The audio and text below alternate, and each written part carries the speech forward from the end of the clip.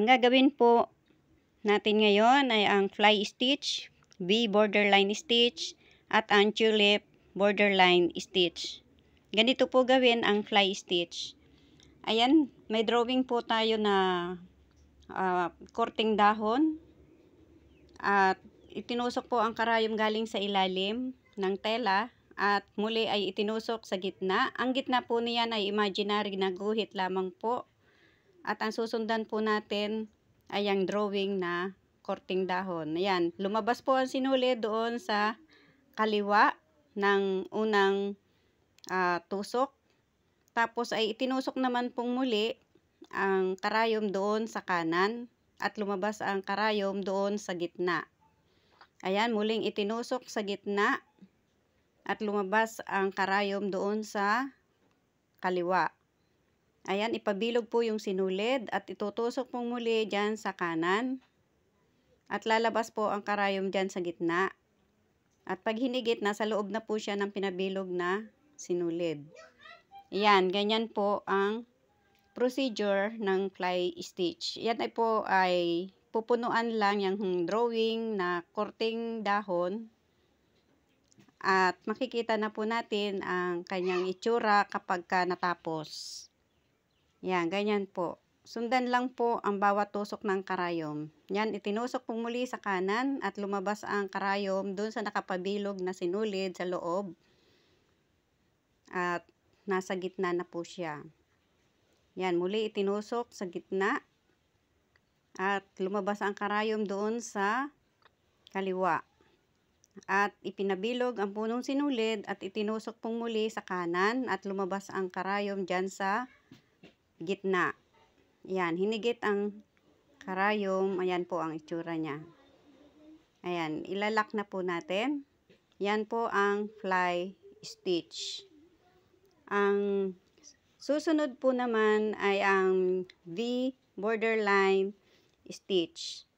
Sa paggawa po ng V borderline stitch, ay gagawa po tayo ng parang hagdan-hagdan po. Ayan, kulay itim na sinulid. Pagmasdan po ninyo ang bawat tusok ng karayom sa paggawa ng V borderline stitch. Ayan, may dalawa po yung guhit bilang gabay sa pagtusok ng karayom. At yan po ay kulay itim ang ginamit kong sinulid. Ayan, ganyan po. Pagmasdan po ninyo ang bawat tusok.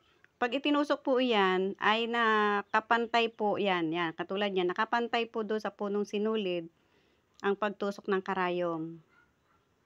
Yan, lagi po siyang pantay. Yan, ipapantay naman din po doon sa kaliwang guhit.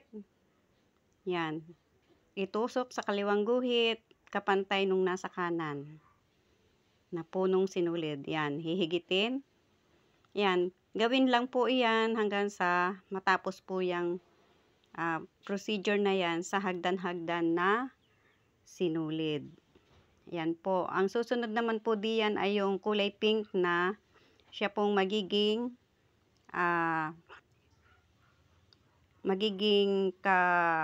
borderline. B borderline. Siya po yung gagawa ng B borderline.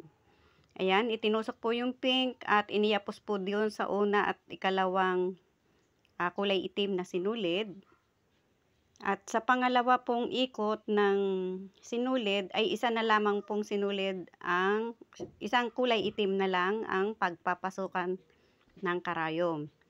Sa pangalawa po, ayan, ipasok pong muli ang karayom sa ikatlong sinulid na itim. Yan, 2 beses po yan.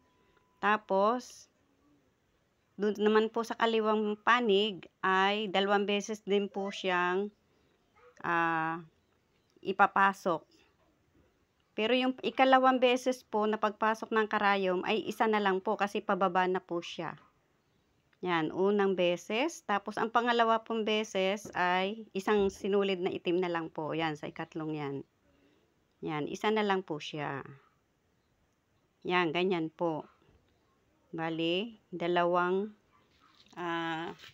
beses na nakayapos ang kulay pink. Ayan, katulad po niyan. Isang sinulid po, yung ikatlong kulay itim, bali ipapasok lang po din sa pang-apat na kulay itim na sinulid. Iyayapos naman din po doon sa ikatlong sinulid na kulay itim. Yan. Lagi pong ikalawang beses. Yung ikalawang beses pong iyan ay isa na lang para ibababa na po ulit ang sinulid. Yan. Katulad po niyan. Isang beses na lang po. Yan. Bababa na po ulit sa ika-limang kulay itim. Kasama na po ulit yung ika-apat pag ipinasok po yung karayom. Yan. Unang pagpasok.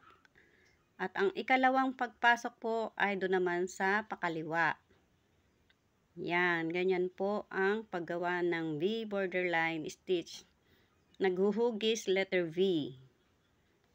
Ayan. Yan ang unang pagpasok pong muli ng karayom. Tapos, ang ikalawang pagpasok ay isang sinulid na lang po na kulay itim. Yan, pangalawa na po yan pasok. Kaya, isang sinulid lang. Yan, bababa na po ulit ang karayom. Ayan, gawin lang po iyan hanggang sa matapos po iyang kulay itim na sinulid. Ayan, ganyan po ang B borderline stitch. Madali lang naman pong sundan. Ayan, pagmasdan po ninyo, nagiging letter V ang natapos na kulay pink.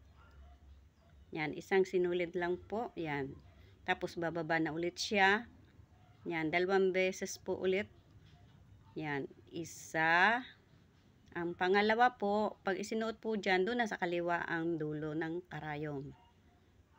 Yan, isa na yan. Tapos padalawa po yan na pasok ng karayom. Yan, ganyan po ang paggawa ng V borderline stitch. Hintayin lang po nating matapos hanggang doon sa baba. Yan, muling ipinasok po ang karayom sa pinakahuling kulay itim. Yan.